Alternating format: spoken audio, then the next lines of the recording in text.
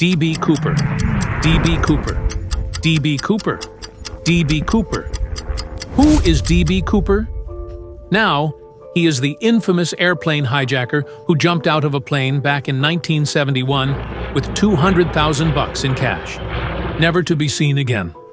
November 24, 1971, a date etched into the annals of American criminal folklore. The mysterious man who purchased his airline ticket under the name Dan Cooper committed the only unsolved hijacking in U.S. aviation history. Back in 1971, the man famously known as D.B. Cooper hijacked a Portland to Seattle flight, saying he had a bomb. He demanded 4 parachutes and $200,000 in cash, and then he jumped out of the plane with the ransom money over Southwest Washington. For over 50 years, the identity of the man who jumped from a Boeing 727 with $200,000 strapped to his body has remained one of the most tantalizing unsolved mysteries in American history. A man dressed in a suit and tie hijacked a commercial airplane. He said to me, "All I have to do is attach this wire to this gadget here, and we all be dead." The FBI officially closed the case in 2016, seemingly admitting defeat after decades of investigation. Probably 600 subjects have been eliminated by the FBI over the last 4 decades. We don't know why, but in 2025, everything changed. New technology, preserved evidence, and a fresh investigative approach may have finally answered the question that has puzzled law enforcement and amateur sleuths alike for generations. Iddy of the person behind a 53-year-old hijacking mystery could soon be solved thanks to new evidence. A scientist has uncovered microscopic evidence in the unsolved case of D.B. Cooper. Who was D.B. Cooper? What happened to him after he disappeared into the stormy night sky over the Pacific Northwest in Portland, Oregon last night? He was just another passenger who gave his name as D.A. Cooper. But today, after hijacking a Northwest Airlines jet, ransoming the passengers in Seattle, then making a getaway by parachute somewhere between there and Reno, Nevada, the description on one wire service, master criminal. It was the day before Thanksgiving 1971. A nondescript man in his mid-40s, wearing a business suit, white shirt, and black tie, boarded Northwest Orient Airlines Flight 305 from Portland to Seattle. He paid for his one-way ticket in cash, listing his name as Dan Cooper. The media would later misreport him as D.B. Cooper, and the erroneous name stuck. Shortly after takeoff, Cooper handed a note to flight attendant Florence Shaner, indicating he had a bomb in his briefcase. When she returned the note unread, thinking he was attempting to give her his phone number, Cooper leaned over and whispered, "Miss, you better look at that note. I have a bomb. There's a man. He's sitting in the back. And he has a bomb." The note demanded $200,000 in negotiable American currency and 4 parachutes, 2 primary and 2 reserve.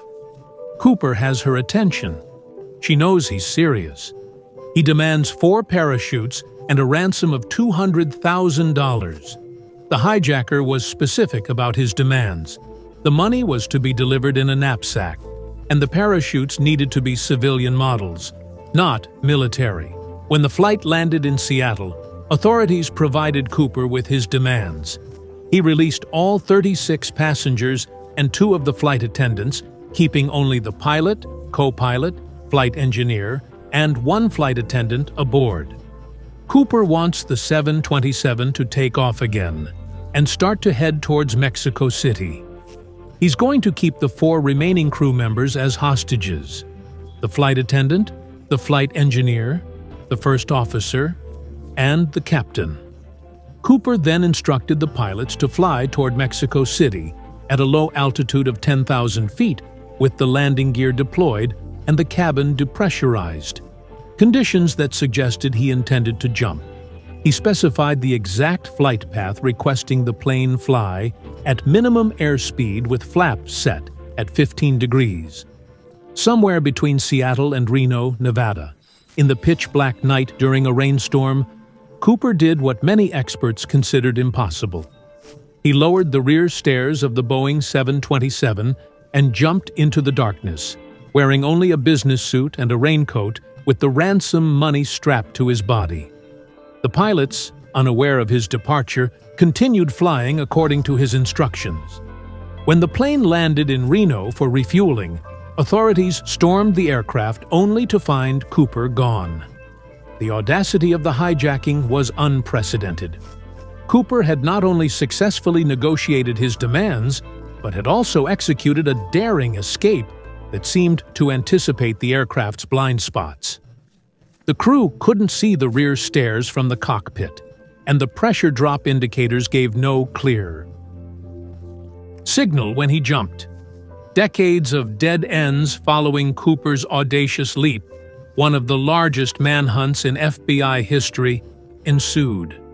The initial search focused on the densely forested areas of southwestern Washington, where investigators believed Cooper had landed. It's too impossible to establish an accurate search area, but they start with a massive section of really thick forest north of Portland. This is a huge deal.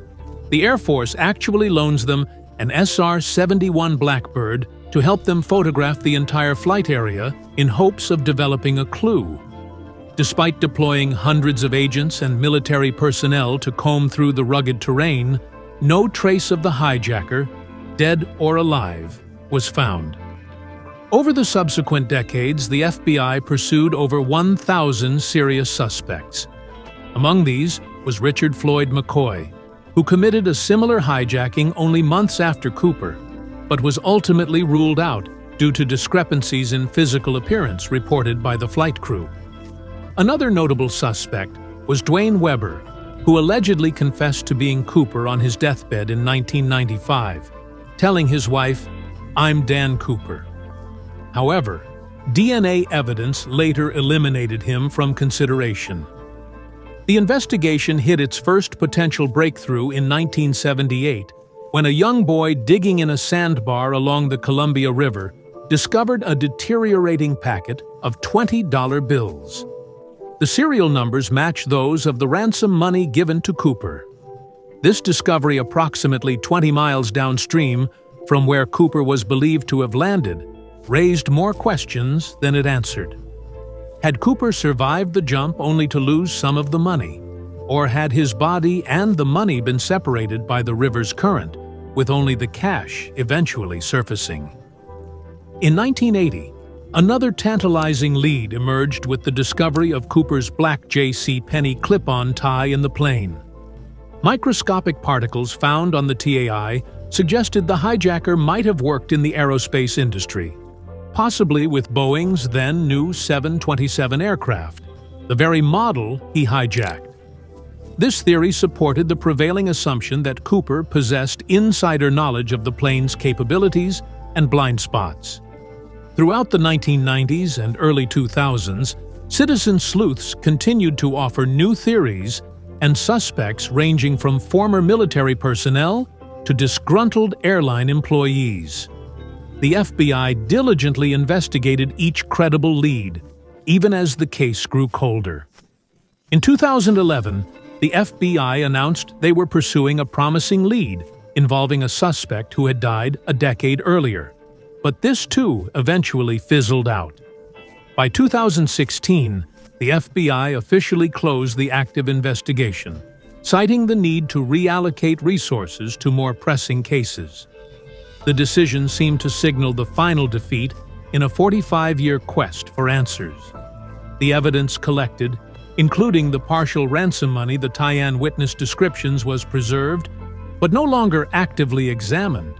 Inside the plane, FBI agents find 66 latent fingerprints, but can't identify any of Cooper's case had become more than just an unsolved crime. It had evolved into a piece of American mythology, a story that spoke to something in the national character, perhaps a romanticized notion of the individual outsmarting the system. For decades, Cooper conventions, books, and documentaries kept public interest alive. Even as official efforts waned, the case seemed destined to remain an unsolved mystery. A tantalizing what-if would never receive a satisfactory conclusion. The 2025 breakthrough. The turning point came in early 2025, when the FBI's Advanced Forensic Laboratory in Quantico unveiled a revolutionary technique for extracting and analyzing degraded DNA samples. This new method, combining quantum computing algorithms with nanoscale DNA sequencing, could recover genetic material from samples previously considered too degraded for analysis. The development couldn't have come at a better time. A retired FBI agent named Sarah Michaels, who had worked on the Cooper case in the early 2000s, had never been able to let go of the mystery. She had spent her retirement years meticulously reviewing old case files and developing a comprehensive digital database of all Cooper-related evidence. When news of the breakthrough DNA technology reached her, she immediately reached out to her former colleagues at the Bureau. "What makes this technology so revolutionary?" explained Dr. Alan Park, head of the FBI's Forensic Science Research Team, "is its ability to reconstruct damaged DNA sequences by analyzing fragments and predicting the missing components with unprecedented accuracy. It's like having 1,000,000 forensic scientists working simultaneously to solve a single puzzle." The first item re-examined was Cooper's black clip-on tie, which had been preserved in the FBI's evidence locker for over 5 decades. Previous DNA testing had yielded inconclusive results, but the new technique was able to isolate multiple DNA samples from the tie's fabric. Most surprisingly, one of these samples didn't match the plane's crew or the passengers who had been interviewed, suggesting it likely belonged to Cooper himself. Simultaneously, the FBI employed another cutting-edge technology, hyperspecific particulate analysis. This allowed scientists to examine the microscopic particles found on the tie with extraordinary detail. The results confirmed earlier suspicions about Cooper's background, but added crucial specificity. The particles weren't just consistent with someone who worked in aerospace. They contained unique chemical signatures tied to a specific military contractor that had worked on early Boeing 727 models in the late 1960s. The investigation took another dramatic turn when amateur historian Robert Garrison discovered a previously overlooked detail in the flight manifest archives. A passenger on a Northwest Ortorian flight from Reno to Portland, 2 weeks before the hijacking, had paid in cash and provided minimal personal information. What caught Garrison's attention was a notation from a flight attendant describing the passenger as unusually interested in the rear staircase mechanism, asking technical questions that suggested more than casual curiosity. When cross-referenced with the employee records from the aerospace contractor identified in the particulate analysis, investigators found a striking overlap. A former employee who had worked specifically on the 727's rear staircase deployment system until 1969, when he was laid off during industry-wide cutbacks. Perhaps most significantly, advanced facial recognition software was applied to enhance the original composite sketches of Cooper, incorporating the aging process to show how he might have appeared in subsequent decades. When these enhanced images were run through expanded databases that included military personnel records and employee photos from the identified contractor, several potential matches emerged. The confluence of these separate investigative threads, the DNA breakthrough, the particulate analysis, the flight manifest discovery, and the facial recognition matches created what FBI Director Carolyn Harrison called an investigative perfect storm. After decades of dead ends, investigators finally had a coherent narrative with technological evidence to support it. By spring 2025, the FBI had officially reopened the D.B. Cooper case, assembling a specialized task force combining veteran investigators with experts in the new forensic technologies. The announcement sent shockwaves through both law enforcement communities and the subculture of Cooper enthusiasts who had kept the mystery alive for decades. DNA evidence finally speaks. The breakthrough in DNA analysis represented more than just a technological triumph. It was the key that unlocked the entire Cooper case. For decades, investigators had preserved the limited physical evidence with painstaking care, hoping that someday science would advance enough to extract meaningful information. That day had finally arrived. The quantum-enhanced DNA extraction process applied to Cooper's tie yielded not just one, but multiple DNA profiles. After eliminating profiles matching known flightly crew members, FBI analysts were left with 3 distinct genetic signatures. One profile was particularly promising. Enough genetic material was present to build a nearly complete DNA profile that experts believed belonged to Cooper himself. Traditional DNA analysis requires relatively pristine samples, explained Dr. Sanjay Gupta of the FBI's Forensic Science Unit. But our new technique can work with just fragments of genetic material, even after decades of degradation. It's like reconstructing a shredded document when you only have 10% of the pieces. With this reconstructed profile, investigators took an unprecedented step. They submitted the results to several commercial genealogical databases similar to the technique that had revolutionized cold case investigations in the late 2010 and early 2020. Within weeks, they had identified several distant relatives of the DNA profile's owner. Working backward through family trees, forensic genealogists constructed a complex network of relationships that pointed towards several potential candidates. 3 of these candidates were deceased, but their DNA was retrievable from medical records or personal effects. 2 were eliminated through direct comparison, leaving 1 primary candidate whose profile showed remarkable alignment with the DNA from the time. Simultaneously, scientists made another breakthrough with the limited banknotes recovered in 1978. Advanced optical and chemical analysis revealed microscopic traces of human cells trapped between the fibers of the deteriorating bills. Though severely degraded, these cells yielded fragmentary DNA that, when analyzed with the new technology, showed significant markers matching the profile extracted from the tie. This connection was crucial. It established a direct link between the person who wore the tie on the plane and the person who had handled the ransom money. The statistical probability of the match occurring by chance was calculated at less than 1 in 750 million. Perhaps most surprisingly, the DNA analysis revealed something that contradicted one long-held assumption about Cooper. Genetic markers suggested the hijacker had ancestry that was not solely European, as most witnesses had assumed. This detail aligned with one of the FBI's previously discounted suspects who had mixed heritage but could have passed as white in the limited visibility conditions aboard the aircraft. Another significant revelation came from methylation pattern analysis of the recovered DNA, a technique that can estimate a person's age by examining how their DNA changes over time. This analysis suggested that Cooper was younger than the 40 to 45 years estimated by witnesses, possibly as young as his mid-30s. This discrepancy could be explained by the high-stress situation affecting witnesses' perceptions or by Cooper deliberately altering his appearance to appear older.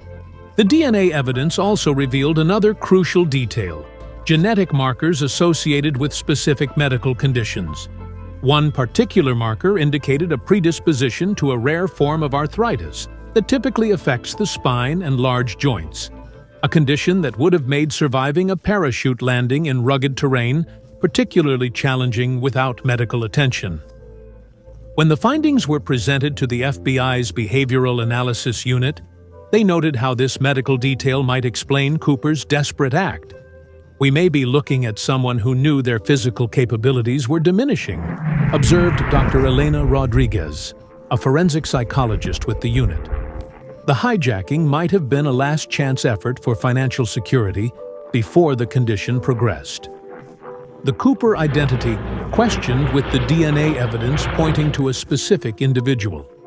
Investigators could finally put a name to the mysterious figure who had jumped into folklore. The prime suspect that emerged was William Bill Gossett, a former military paratrooper who had later worked as a technical advisor for Boeing contractors in the late 1960s. Gossett had died in 2003, potentially taking the truth about his double life to the grave. What made Gossett's case compelling was how perfectly his background aligned with the skills Cooper would have needed. He had extensive parachuting experience from his military service, including night jumps and adverse weather conditions. His work history showed he had specialized knowledge of the Boeing 727's rear staircase system, the very mechanism Cooper had exploited in his escape. Perhaps most tellingly, Gossett had been laid off from his aerospace job approximately 18 months before the hijacking, creating both the motive and the opportunity. Family members interviewed in 2025 provided telling details that they had previously kept private, fearing legal implications. Gossett's son recalled, "There was a period in late 1971 when Dad disappeared for about 2 weeks. When he returned, he claimed he'd been on a fishing trip, but I remember thinking it was strange to go fishing in November in the Pacific Northwest. After that, he suddenly had money for a down payment on a new house." Investigators also uncovered Gossett's military records, which revealed specialized training in halo, high-altitude, low-opening parachute techniques, precisely the skills needed to survive a jump under the conditions Cooper faced.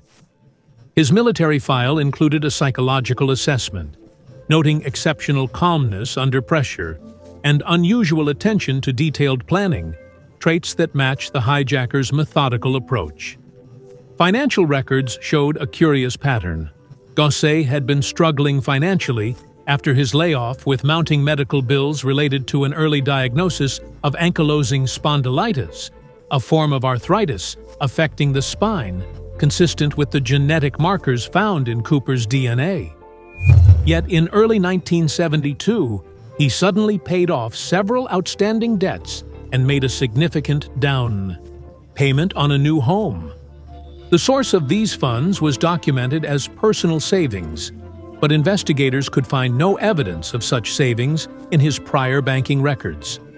Physical evidence strengthened the case.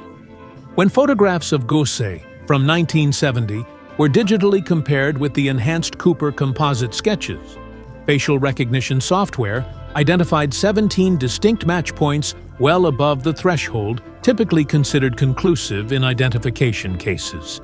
His height of 5 feet 10 inches, their weight approximately 170 pounds, and age 38 at the time of the hijacking all aligned with witness descriptions.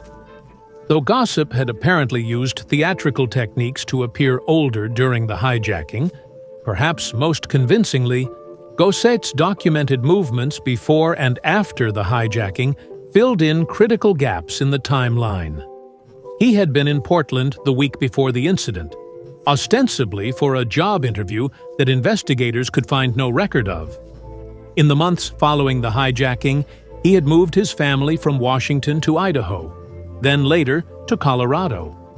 Movements that investigators now interpreted as efforts to distance himself from the crime scene.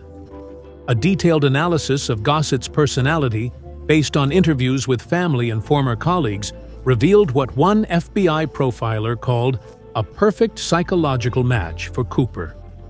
We see someone who combined technical expertise with a resentment toward authority, particularly after his layoff, explained Dr. Caroline Peters, a forensic psychologist consulting on the case. He was described as meticulous, calm under pressure, and someone who felt the system had failed him. Classic traits we see in this type of criminal enterprise. One family anecdote proved particularly telling. Gose's daughter recalled that her father had an unusual reaction whenever the Cooper case appeared on television. He wouldn't say anything directly, but he'd get this little smile. Once, after a few drinks at Christmas in the 1990s, he said something like, "They'll never figure it out unless they understand it wasn't about the money. It was about beating the system." When we asked what he meant, he just changed the subject. The money trail. The discovery of $5,800 in deteriorating $20 bills by young Brian Ingram along the Columbia River in 1978 had long been the only confirmed physical evidence of the ransom money. But in 2025, investigators realized they had been asking the wrong questions about this critical find. Instead of focusing solely on how the money ended up on the riverbank, they began examining what wasn't found. The remaining $194,200. Advanced hydrological modeling software, initially developed for climate change research, allowed scientists to recreate the Columbia River's flow patterns between 1971 and 1978. The simulation demonstrated that if Cooper had died on impact, the entire money bundle had entered the river system. Significantly more than $5,800 would have been deposited at Tenor Bar, where Ingram made his discovery. The physics simply don't support the theory that Cooper died with all the money, and it naturally separated this way in the water, explained Dr. Elaine Waters, a hydrologist who consulted on the case. Our model suggests that either the money bundle was broken up before it entered the water system, or more likely, only a portion of the ransom ever made it into the river. This conclusion aligned with the emerging gossip theory. If he had survived the jump but lost a portion of the money during his landing or subsequent escape, the recovered bills represented not evidence of his death, but of his partial success. Investigators also re-examined the physical condition of the recovered bills. The deterioration pattern showed that the money had been exposed to water and sediment for several years. But forensic analysis using new techniques revealed something previously missed: microscopic traces of a polymer consistent with the waterproof packaging used by military personnel in the 1960s to protect documents and currency in wet conditions. This suggests premeditation, noted FBI financial forensics specialist Thomas Reed. Cooper wasn't just a 2401 desperate amateur. He came prepared with specialized knowledge about how to protect the money, likely using military-grade waterproofing techniques he learned during his service. Another financial thread emerged when investigators tracked Gossett's spending in the years following the hijacking. While he never displayed extravagant wealth that might attract attention, his financial situation improved markedly in 1972. Records showed he made a $13 and $200 down payment on a new home in April 1972, approximately 4 months after. When adjusted for inflation, this represented about 23% of the amount missing from the recovered ransom money. Gosse's spending pattern in subsequent years showed a man carefully using his windfall without drawing attention. He made modest improvements to his home, paid for his children's college educations in cash, and took occasional fishing trips to Canada. None of these expenditures would have raised red flags individually, but collectively they represented significant spending that exceeded his documented income as a flight instructor and later security consultant. Perhaps most telling was the discovery of a safe deposit box maintained by Gossett from 1972 until his death, the contents of which had been claimed by his family, but never disclosed to authorities. When interviewed in 2025, his son reluctantly revealed that the box had contained approximately $28,000 in $20 bills, which the family had quietly spent over the years after his death, unaware of their potential significance. Dad told us it was his emergency fund, and made us promise never to put it in a bank account," his son explained. "We just thought he was old-fashioned about money." It never occurred to us that it might be connected to the Cooper case until investigators started asking specific questions about his finances. Forensic accountants constructed a detailed model of Gassette's known income versus his expenditures from 1972 to 2003. Their analysis revealed a consistent pattern of spending approximately $3,000 to $5,000 more annually than his documented income could support. A discrepancy that over 30 years would account for roughly $120,000 of the missing money. When combined with the down payment, the safe deposit cash, and an estimated amount for the portion recovered at Tina Bar, investigators could now account for approximately $167,000 of the original $200,000 ransom. The remaining $33,000 could reasonably be explained by initial expenses immediately following the hijacking, temporary lodging, transportation away from the landing site, and potential medical treatment for injuries sustained during the jump. "The money trail doesn't just tell us where the ransom went," explained FBI Director Harrison at a press briefing. "It tells the story of a man who executed a nearly perfect crime and then displayed remarkable discipline in how he used the proceeds, never drawing attention through flashy spending or lifestyle changes that couldn't be explained by his legitimate income." Forensic recreation of the jump. To fully understand Cooper's fate after leaping from the Boeing 727, investigators in 2025 employed cutting-edge atmospheric modeling and parachute dynamic simulation. The FBI partnered with NASA's Advanced Computational Fluid Dynamics team to recreate the exact conditions Cooper would have faced during his descent. Previous analyses were constrained by the technology of their time, explained Dr. Robert Chen, lead scientist on the atmospheric recreation. "We now have the ability to model not just general weather patterns, but microclimates and turbulence pockets that would have existed that night accurate to within 100 meters spatially and 30 seconds temporally." The simulation revealed something startling. Contrary to long-held beliefs that Cooper had jumped into nearly impossible conditions, there had been a brief 7-minute window during the flight, when conditions were challenging but survivable. This window coincided precisely with the time period when the pilots reported the pressure change that likely indicated Cooper's exit from the aircraft. Military parachute experts who analyzed the simulation results noted that while an average civilian jumper would have likely perished, someone with specialized military halo training, exactly the training gossip had received, would have had the skills necessary to navigate the dangerous conditions. The most interesting aspect is the timing, noted Commander James Wilson, a former Navy SEAL and parachute instructor who consulted on the case. Cooper didn't jump randomly. He waited for specific conditions. The aircraft was passing through a region of decreased turbulence and slightly improved visibility. And he's got a minor record. So, police have him in the system. This wasn't luck. This was someone who knew exactly what they were looking for.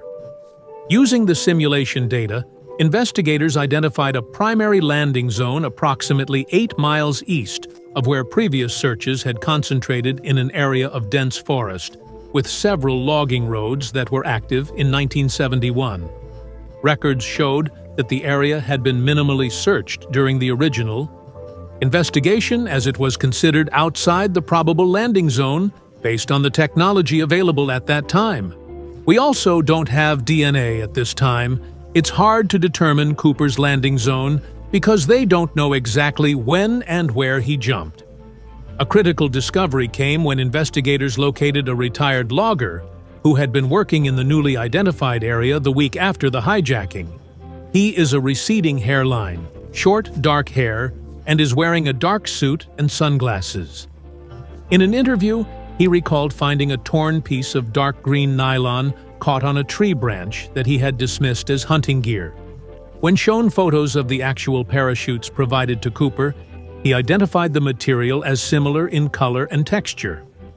The location he described aligned perfectly with the new landing zone projection. Physical impact analysis provided another crucial insight.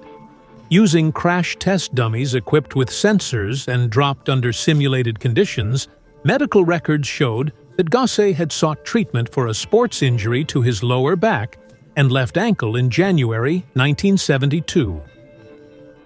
Approximately 6 weeks after the hijacking, injuries consistent with a rough parachute landing.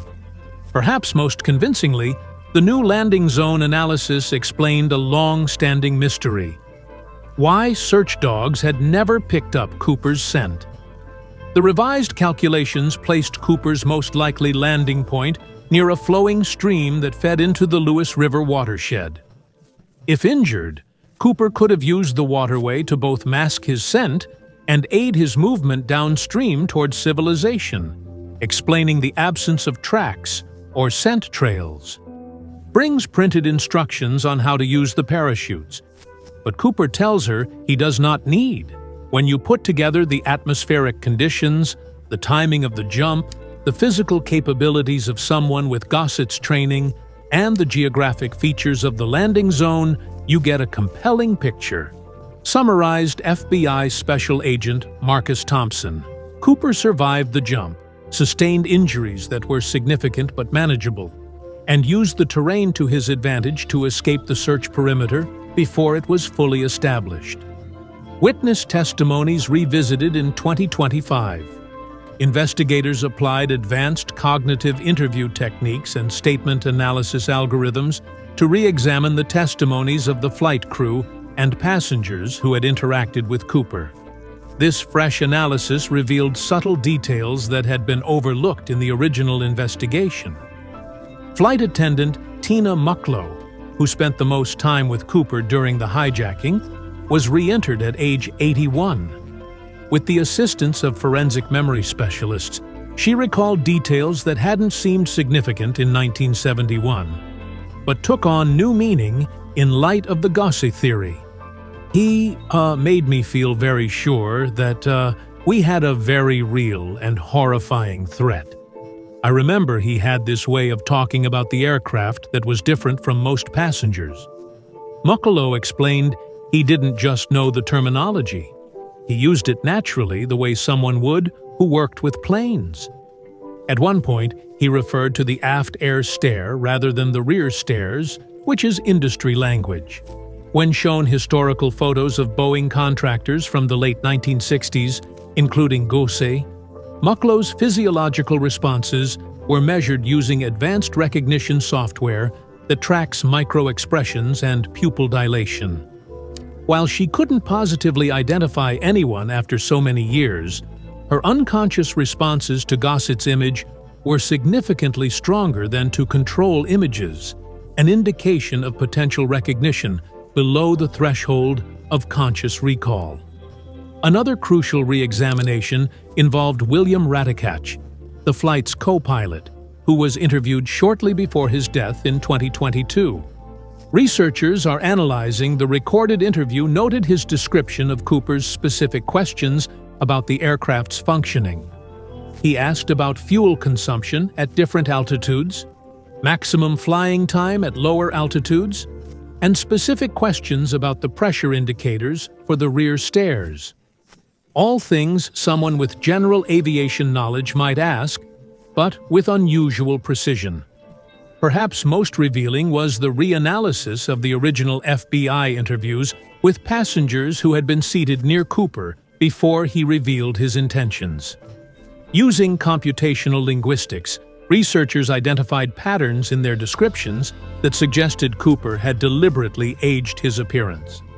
3 separate passengers had mentioned variations of distinguished-looking or like an executive but tired in their statements. When pressed for specifics by FBI interviewers in 1971, they mentioned details like lines around his eyes and gray at his temples. Advanced age progression regression software applied to Gossett's photos from that era demonstrated how relatively simple techniques make up to create crow's feet. Temple gray coloring and posture modification could have added 10,115 apparent years to his age. A flight attendant who had served Cooper a bourbon and soda early in the flight recalled something seemingly insignificant. He held his glass in an unusual way, favoring his left hand, even though he wrote with his right. Medical records showed Gosset had early symptoms of his arthritic condition affecting his right wrist by 1970, potentially explaining this subtle behavioral anomaly. The staff at Portland International Airport, who had interacted briefly with Cooper before boarding, were also re-entered.